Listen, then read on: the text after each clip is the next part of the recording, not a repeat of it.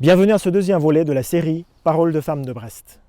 Vous allez découvrir l'histoire d'Amandine, jeune maman d'un garçon de 18 mois. Le 10 octobre 2020, lors d'une soirée, elle a été frappée jusqu'à perdre connaissance par un, puis par plusieurs jeunes sadiques dans un appartement du quartier HLM de Kérouien. Son tort, c'est d'avoir défendu une amie qui se faisait harceler avec grossièreté par l'un des jeunes du quartier. Son certificat médico-légal mentionne un traumatisme crânien, en plus des nombreuses traces de coups violents. 15 jours d'ITT, interruption totale de travail. Le code pénal français prévoit pour tout ITT de plus de 8 jours, 3 ans de prison et 45 000 € d'amende. Cette peine monte à 5 ans de prison lorsque l'agression est commise par plusieurs individus. Vous allez vous dire, l'agresseur principal d'Amandine doit déjà être en train de dormir en prison. Malgré une vingtaine de témoins présents lors de l'agression, malgré une plainte déposée le lendemain et un certificat médico-légal attestant de la gravité des coups portés, jusqu'à présent, cet agresseur n'a pas été inquiété par la justice. Il est toujours en train de passer ses journées tranquilles devant le centre social de Kérouien. Aucune des personnes présentes lors de cette soirée, dont des hommes, n'a accepté de témoigner, ni même de donner le nom de l'agresseur principal d'Amandine. La raison ? La trouille. Le commissariat des 4 Moulins de Brest est chargé de cette affaire. Il doit dès maintenant convoquer toutes les personnes présentes lors de cette soirée et leur demander de témoigner. Si elles refusent, c'est le juge qui les convoquera lors du procès et elles seront obligées de se présenter. Elles seront obligées non seulement de se présenter, mais de dire la vérité. Le faux témoignage, que ce soit devant un policier ou un magistrat, est lourdement puni par 5 ans de prison et 75 000 € d'amende. Bonjour Amandine, merci d'avoir accepté cette interview. Tu as subi une agression très violente dans un appartement à Kérouien. 15 jours d'ITT, c'est exceptionnel, donc, au-delà de 8 jours d'ITT par la loi française, c'est pratiquement de la prison ferme. Exactement, oui. Alors on va revenir sur les faits, mais avant, pour te connaître un peu, tu peux nous dire quel âge tu as s'il te plaît? J'ai 26 ans. Tu es maman? Oui, j'ai un petit garçon qui a presque 2 ans. Tu as toujours vécu à Brest? Pas toujours, j'ai été étudiante, donc j'ai habité à Lille, enfin j'ai fait mes études dans le Nord et après aussi à Rennes. Et là je suis revenue depuis 2017 sur Brest. Depuis 2017, d'accord, depuis 4 ans. Sinon tu étais née ici? Je suis née ici par contre, oui. Bon, tu es brestoise à la Oui. base. Est-ce que tu habites à Brest même? Du coup, non, j'ai déménagé depuis quelques mois. Pourquoi? Pour la tranquillité, pour mon petit garçon surtout, qui puisse grandir dans un bon environnement. D'accord, tu trouves que Brest, la ville elle-même, ce n'est pas un bon environnement pour un petit garçon? Non, pas, ça dépend où en fait. Mais je pense que c'est mieux peut-être de sortir de la ville parce que dans la ville c'est toujours un peu plus risqué, on va dire. Comme j'habitais à Bellevue avant, Bellevue, bon, c'était pas le meilleur en tout cas environnement pour un petit garçon. C'est aussi un quartier connu pour effectivement ses déboires, Oui. notamment avec les jeunes qui sèment un peu la pagaille. C'est ça. C'est le moins qu'on puisse Les dire. voitures qui crament toutes les semaines, etc. À Bellevue aussi. Alors, toi, par contre, ton agression, elle a eu lieu dans le quartier de Kérouien, sur la rive droite. Qu'est-ce qui s'est passé? Tu peux nous décrire les faits? À commencer déjà, c'était quand? Alors, c'était le 10... Alors, dans la nuit du 10 au 11 octobre. J'étais en soirée chez une amie avec une autre copine. Tout se passait bien, donc on s'est amusé. Et au bout d'un certain temps, vers 1h du matin, donc il y a 15 personnes qui sont arrivées donc dans la soirée, qui n'étaient pas invitées, qui se sont incrustées. Comment tu décrirais ces 15 personnes? Quel âge à peu près? Des garçons, des filles? Des garçons, que des garçons, et je dirais entre 18 ans, 22 ans. Comment les décrire? Des jeunes, je sais qu'ils traînent... souvent dans le quartier, devant le centre social. Comment les décrire après je sais. C'est déjà suffisant, effectivement. Ce sont les jeunes de Kérouien qui traînent devant le centre social de manière régulière. C'est-à-dire que si on y allait aujourd'hui, encore à cette heure-ci, on le retrouverait là-bas. C'est ça. D'accord, donc tu es dans une soirée chez une amie qui habite Kérouien. Elle a son appartement dans le parc HLM de Kérouien. Vous êtes en soirée et il y a ces 15 jeunes qui débarquent à 1h du matin. Mais ce que je ne comprends pas, comment ça se fait qu'ils débarquent? Est-ce que la porte était ouverte? Est-ce qu'ils étaient invités? Ils ont toqué à la porte et on leur a ouvert? Alors, je ne pense pas qu'ils étaient invités. Il y en a un que j'avais déjà eu l'occasion de croiser quand j'étais allée chez elle. Et donc je pense que c'est celui-là qui a dû peut-être emmener les autres, comme il connaissait et l'endroit et les gens chez qui on était. C'est lui qui a dû peut-être emmener tout le monde et se dire, il y a une soirée là-bas, on n'a qu'à y aller. Comme en plus ils étaient au centre social, ils voyaient en fait depuis le centre social la soirée, donc ils entendaient la musique puisque les fenêtres étaient ouvertes, etc. Donc je pense qu'ils ont dû se dire qu'il serait mieux dans la soirée que dehors en fait. Et ils sont arrivés comme ça. Alors je pense pas qu'ils aient été invités parce que il me semble que tout le monde était un petit peu abasourdi quand ils sont arrivés. Que personne n'était vraiment au courant. Donc, et puis l'amie chez qui on était, elle était partie dormir, donc elle n'était vraiment pas du tout au courant qu'ils allaient arriver. D'accord, alors comment ça se passe l'ambiance à partir du moment où ils s'incrustent dans l'appartement? Alors quand ils sont arrivés, ça a commencé à être tendu en fait. Tout de suite, c'était tendu? En tout cas, moi, c'est comme ça que j'ai ressenti, parce que comme ils sont arrivés à plusieurs, voilà, j'ai senti comme un peu un étouffement. Parce que déjà, ça faisait beaucoup, c'était un petit appartement, on était à plus d'une vingtaine, en temps de Covid en plus, c'était pas très légal. Et puis j'ai senti que, qu'ils arrivaient alcoolisés, un peu énervés. Ils étaient alcoolisés? Oui. D'accord. Après, c'était pas non plus, ils n'étaient pas ivres-morts, mais ils étaient un petit peu alcoolisés. Enfin, j'ai senti qu'il était temps, qu'il valait mieux que je rentre. Et le temps que ça se fasse, mon amie, elle s'est fait embêtée, on va dire, par un garçon. Donc, il y avait trois filles que je connaissais qui étaient dans la soirée. Et du coup, moi, je suis allée chez une amie avec une autre amie. Et on devait rentrer ensemble. Parce que du coup, c'est moi qui l'avais emmenée en voiture. Donc je l'attendais pour la ramener et à un moment j'ai entendu qu'elle criait, donc je suis un peu revenue à moi et elle a pris son verre, elle a commencé à le balancer sur le garçon qui l'embêtait et en voulant du coup calmer les choses, c'est là que l'agression a commencé. Elle se faisait embêter comment par ce garçon? Alors, je sais qu'il l'a draguée de manière vraiment très lourde. Et moi, exactement, quand j'ai vu, il était en train de lui faire des gestes, on va dire, un peu obscènes. Il était en train de mimer une fellation, etc. Pour, en gros, lui dire, c'est ce que tu vas me faire, quoi. Et donc, elle l'a mal pris, comme ça faisait déjà au moins 10 minutes qu'elle lui disait laisse-moi tranquille, laisse-moi tranquille, laisse-moi tranquille, et qu'il continuait. Donc, elle s'est un petit peu énervée, donc elle lui a balancé son verre à la tête. Et à partir de là? Et à partir de là, il y a un autre garçon qui est sorti de je ne sais où. Toi, est-ce que tu as vu la scène quand ta copine, ton amie, a balancé le verre d'eau sur le garçon qui l'embêtait? J'étais sur le canapé, on va dire comme ça. Moi, j'étais là et elle était à votre place, on va dire. Et du coup, je me suis levée et j'ai voulu, déjà, j'ai dit on va se calmer. Puis j'ai voulu m'interposer et puis pour pas que ça aille plus loin parce que lui, je sentais qu'il allait partir dans les coups. Hein. Dans les coups physiques? Oui. Moi, en fait, ce qui s'est passé, c'est que en m'interposant, c'est moi qui ai pris, mais si ça n'avait pas été moi, ça aurait été elle. Donc, je l'ai aidée, en fait, d'une certaine manière. J'ai un peu sauvé la mise, quoi. Et du coup, moi, je me suis juste levée, j'ai dit, on se calme. Et à partir de ce moment-là, il y en a un que je n'avais pas vu, que je ne sais pas qui c'est. Il y en a un qui m'a sauté dessus. Et il a enchaîné coup de poing, coup de poing, coup de poing, coup de poing. Après, je me suis levée, je crois, moi, j'ai essayé un peu quand même de me défendre. Et là, il a continué d'enchaîner. Je me suis retrouvée à terre. J'ai perdu connaissance. Et après, c'est un peu flou. Je ne sais pas trop ce qui s'est passé. C'est mon amie qui m'a raconté le reste de l'histoire. Elle me disait que même à un moment, ils étaient carrément... Donc, à plusieurs, ils sont arrivés à plusieurs pour me taper. Jusqu'à ce que quand même quelqu'un qui était là à la soirée de base s'interpose et puis m'emmène dans une pièce à part. Alors attends, juste pour résumer, parce que ça me paraît invraisemblable, excuse-moi, donc je vais juste reprendre ton récit.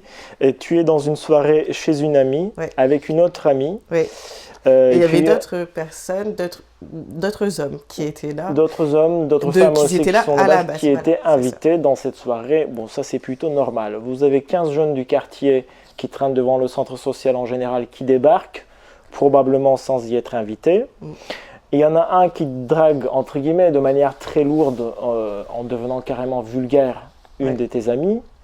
Cette amie lui fait savoir qu'elle n'apprécie pas. Malgré cela, la drague, entre guillemets, encore une fois, très lourde, continue. Il fait des gestes obscènes et à ce moment-là, elle lui balance un verre d'eau à la gueule. Enfin, un verre de quelque chose en tout cas. Elle lui a balancé le verre lui-même ou ce qu'il y avait dans le verre? Non, le contenu du verre. Le contenu du verre, d'accord.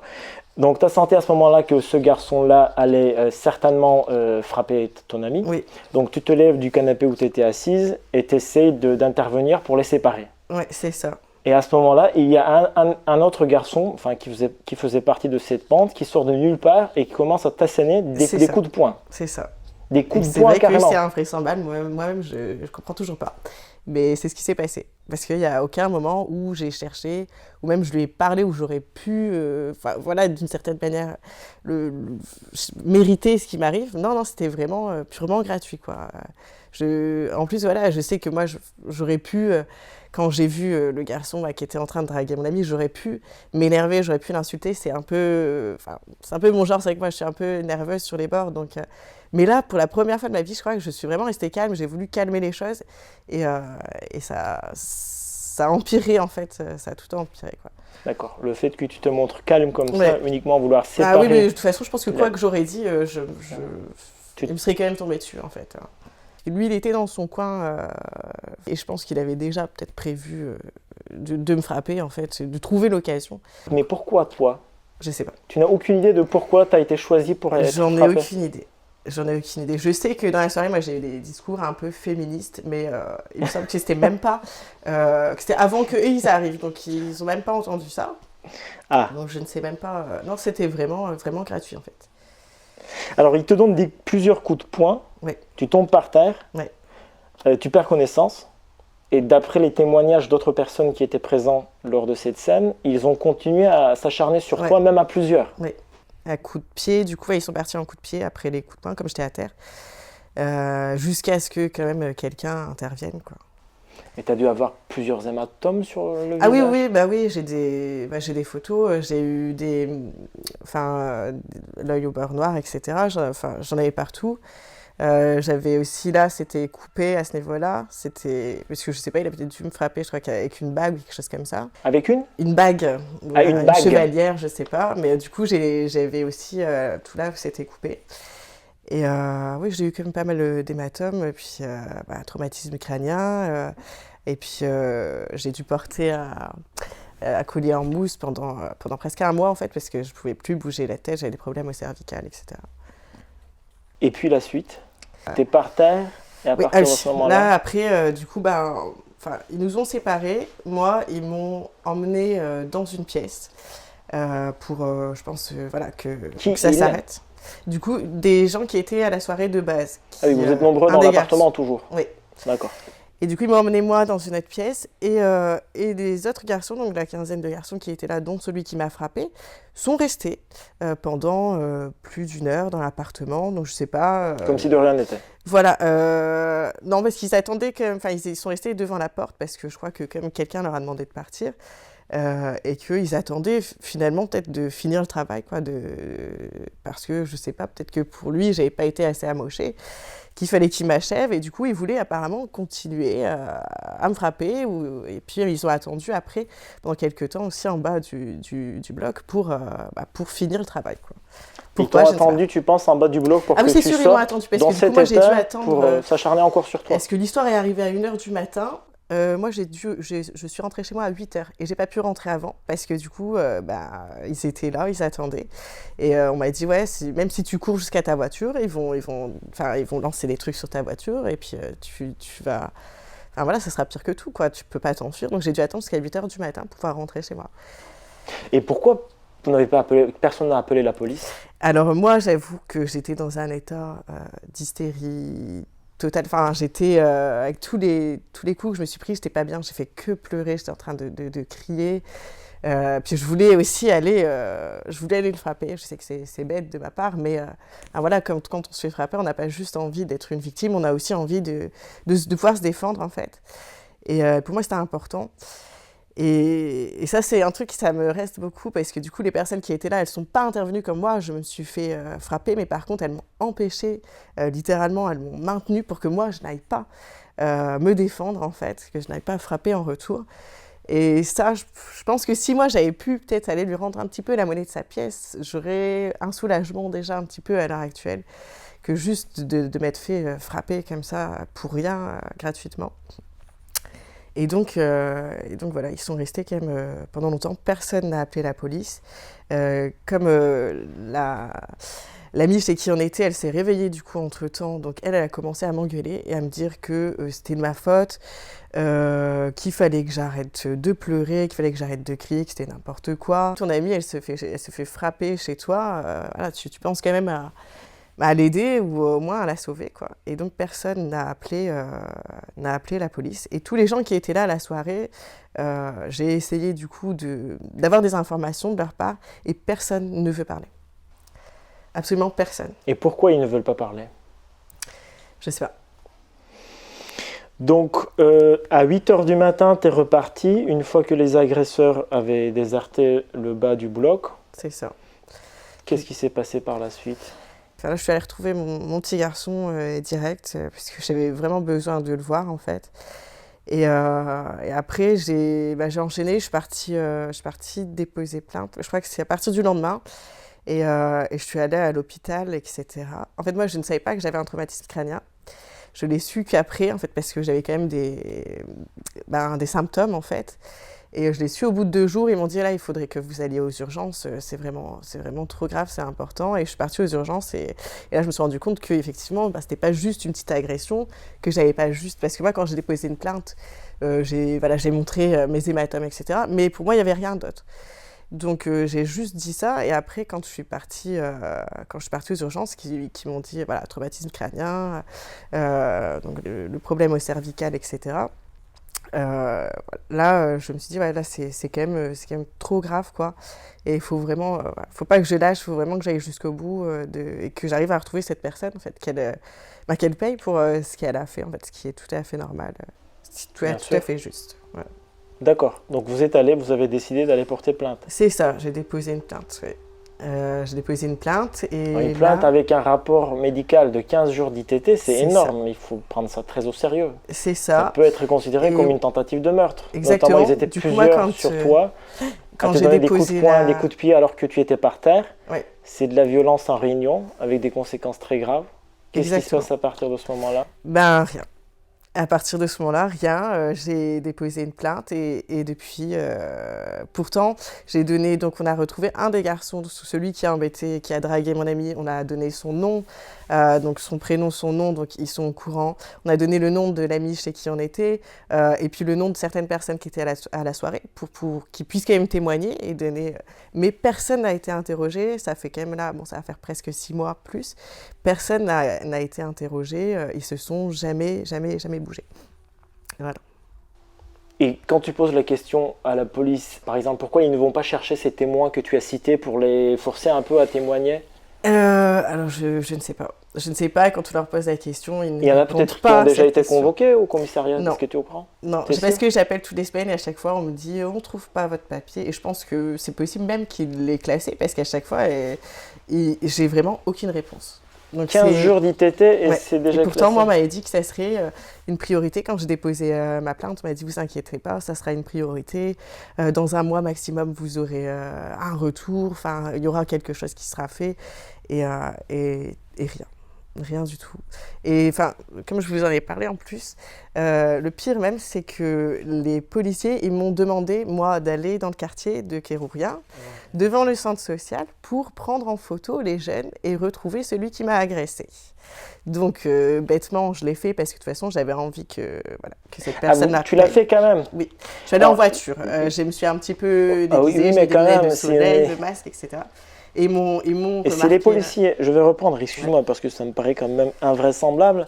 Les policiers te conseillent ou te demandent de retourner dans le quartier de Kérourien, de passer devant le centre social et de prendre en photo les jeunes. C'est exactement en question. Ça. Ouais. Celui qui t'aurait agressé. Pour retrouver celui qui m'a agressé et leur amener la photo de celui qui m'a agressé. Pour que ce soit plus simple pour eux, en fait. Il faut que je leur mâche le travail, en gros. Et du coup, j'y suis allée. T'es quand même allée? J'y suis allée. J'ai très pas courageux réussi de ta part. à prendre correctement les photos. J'ai vu que des photos floues. Parce que du coup, ils m'ont vu. Il y en a un qui a commencé... Qui c'est qui t'ont vu? Les jeunes, du coup, qui étaient devant le centre social. social. Il y avait le centre social pour les photographier. Et voilà, celui qui t'avait agressé était présent? C'est ça. Devant le centre social de Kérourien. C'est pas lui après qui a... Enfin, après, il y en a un qui a sauté sur ma voiture, du coup. Heureusement, moi, ça va, je suis un peu une pilote, donc j'ai réussi à l'éviter, j'ai accéléré. Ils m'ont suivi en scooter. À un moment, ils ont réussi à ouvrir la portière, etc. Et, bon, j'étais un peu T'étais en toute panique. seule dans ta voiture? Non, j'étais avec, du coup, mon amie, donc celle qui s'est fait embêter aussi à la soirée. Donc, il m'a donné un coup de main. Vous étiez deux elle a femmes dans la déposé une voiture? plainte, elle a témoigné pour ma plainte, etc. D'accord. Donc, et du coup, après, j'ai appelé la police quand même. Je leur ai dit que j'étais. Attends, comment ça s'est terminé cette histoire? Ils ont réussi à ouvrir ta portière? Ouais. Et du coup, moi, j'ai voulu rouler jusqu'au commissariat et ils m'ont pas suivi. Donc, je me suis arrêtée à un moment quand j'ai vu qu'ils n'étaient plus là. J'ai appelé la police, je leur ai expliqué que je venais de passer dans le quartier, que j'avais vu mon agresseur, qu'il était là et qu'il fallait que eux ils viennent pour qu'on puisse ensemble l'identifier. Et du coup, ils sont venus, ils ont mis un peu de temps quand même. Ils sont venus et en fait, quand ils sont arrivés, il était à 5 mètres du camion de police. Et je leur ai dit, il est là. Enfin voilà. Et eux, ils étaient en train de me poser des questions et j'étais en panique, j'étais en train de leur dire, il est là, il faut qu'on se bouge parce qu'il va partir, quoi. Il va s'enfuir et il va partir. Et c'est ce qui est arrivé. Le temps qu'ils me posent des questions, qu'ils essayent de comprendre les choses, alors que j'avais tout expliqué par téléphone. Et ben il est parti, il s'est caché, et du coup on a fait le tour après avec le camion de police dans le quartier plusieurs fois, on l'a pas retrouvé. C'est bizarre que le jeune ne se soit pas manifesté devant les policiers pour dire hey, c'est moi, venez attraper-moi. Mais en plus, quand ils sont arrivés, parce que du coup, on s'est quand même mis à l'écart, donc ils m'avaient demandé de me mettre sur le parking du Lidl, l'ancien parking du Lidl, du coup, en attendant qu'ils arrivent, en fait. Du coup, moi, j'ai attendu là-bas. Et lui, en fait, quand il a vu mon agresseur, quand il a vu la police, il s'est approché. Donc vraiment, il s'est mis à 5 mètres, comme je dis, du camion, il s'est approché pour regarder ce qui se passait. Et donc, il n'a même pas cherché à fuir dans un premier temps, parce qu'il ne comprenait pas. Je ne sais même pas si moi, il m'a remis, en fait, s'il savait qui j'étais. Et il n'a même pas cherché à fuir, quoi. Et donc, s'ils avaient vraiment fait les choses en temps, bah, voilà, on aurait pu l'avoir, quoi. Alors, au final, le jeune en question est disparu dans la nature. Oui. Les policiers n'ont pas réussi à l'attraper alors qu'il était à un moment à 5 mètres de leur car. Et toi, tu l'avais bien identifié, tu les avais appelés dans le quartier. Oui. Qu'est-ce qui se passe par la suite? Par la suite, j'ai jamais eu de nouvelles, en tout cas, de la police, malgré, comme je vous ai dit, qu'ils avaient quand même des noms, ils pouvaient quand même aller interroger des gens, ils savent où se trouve cette personne tous les jours. Et pour autant, rien n'a été fait. Moi, j'appelle à peu près une fois par semaine, en fait, pour essayer de leur mettre la pression, parce que je sais très bien que les policiers. T'appelles les policiers Le commissariat du coup des 4 Moulins, parce que c'est eux qui sont en charge de l'affaire. Et pour autant, on m'a dit qu'eux, ils n'ont pas des affaires, souvent c'est des petits vols ou des insultes ou des choses comme ça, et c'est pas des affaires graves en soi. Donc normalement, c'était censé être une priorité. Et pourtant, à chaque fois, ils essayent de m'évincer gentiment en me disant « Oui, non, la personne n'est pas là. On a perdu le dossier » ou des choses un peu bidons où je sens bien qu'ils n'ont pas envie en fait d'aller plus loin, de chercher plus loin, tout simplement. Donc nous avons une maman avec un fils de 18 mois qui se fait agresser par un jeune dans un quartier entre guillemets sensible, celui de Kérourien. Elle prend 15 jours d'ITT, donc c'est très grave au niveau agression physique. Tu arrives à identifier la personne, tu appelles les policiers sur place et pourtant depuis 4 mois se sont écoulés, il ne se passe strictement rien derrière. C'est ça. Il y a plusieurs témoins qui ont vécu les mêmes choses, qui étaient présents dans cette soirée-là. C'est ça. Et pourtant ça n'avance pas. Et pourtant ça n'avance pas, pourtant personne n'a été interrogé, rien que ça. Donc ton agresseur aujourd'hui est dans une impunité totale. Exactement. Et d'après toi, qu'est-ce qui l'empêcherait d'aller plus loin et de faire la même chose? Justement, j'ai appris par la suite, 2 semaines après, qu'il a recommencé, qu'il a mis un garçon dans le coma et que toujours à l'heure actuelle, il ne lui est rien arrivé. Voilà, il est tous les jours au même endroit et continuera, je pense, tous les jours, sans que ça s'arrête, sans qu'il se pose de questions sur ce qu'il fait et sur si c'est juste, etc., quoi. Tu nous as parlé des conséquences physiques de ton agression, donc plusieurs hématomes, Oui. le cou immobilisé pendant 1 semaine, c'est ça? 1 mois. 1 mois. Oui. Des vertèbres déplacées et encore plus grave, traumatisme crânien. Oui. D'accord.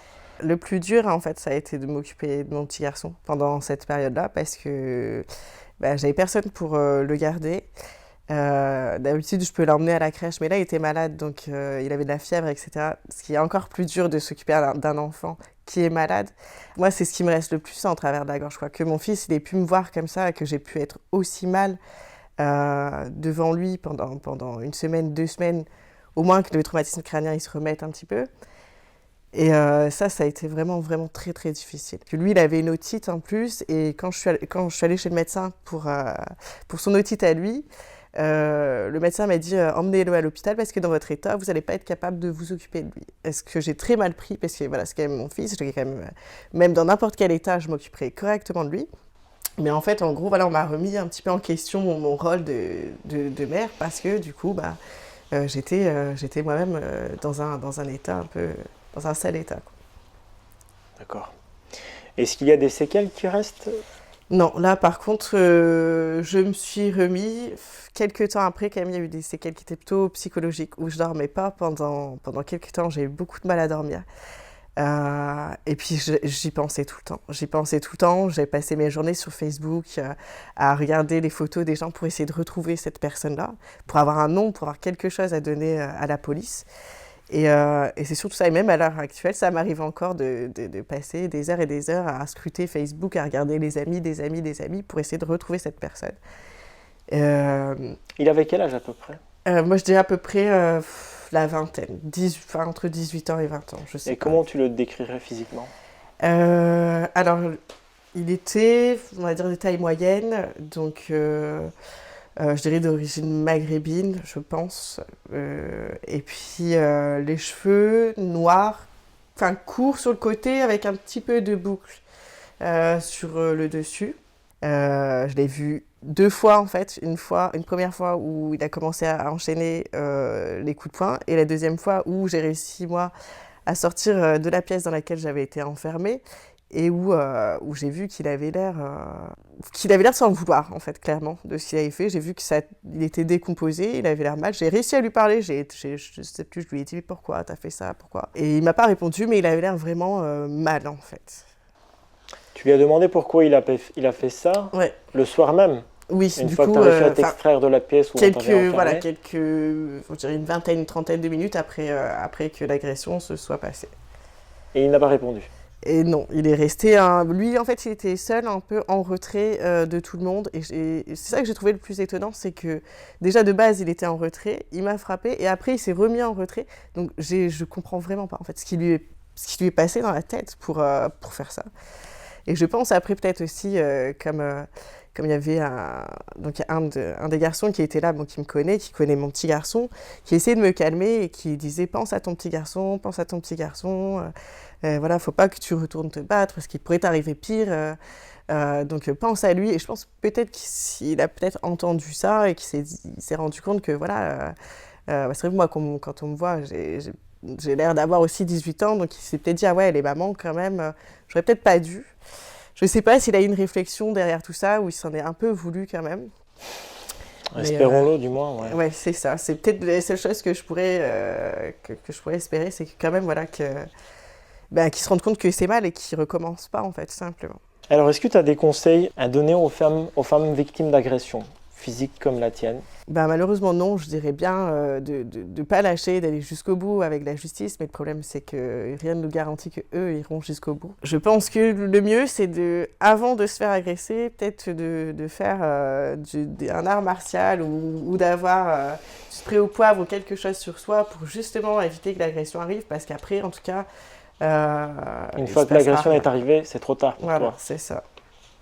Tu ne te sens pas soutenue? Ah non, pas du tout. Pour moi, la police, de toute façon, ça fait quelques temps, j'arrive même pas à les voir comme des gens qui sont humains.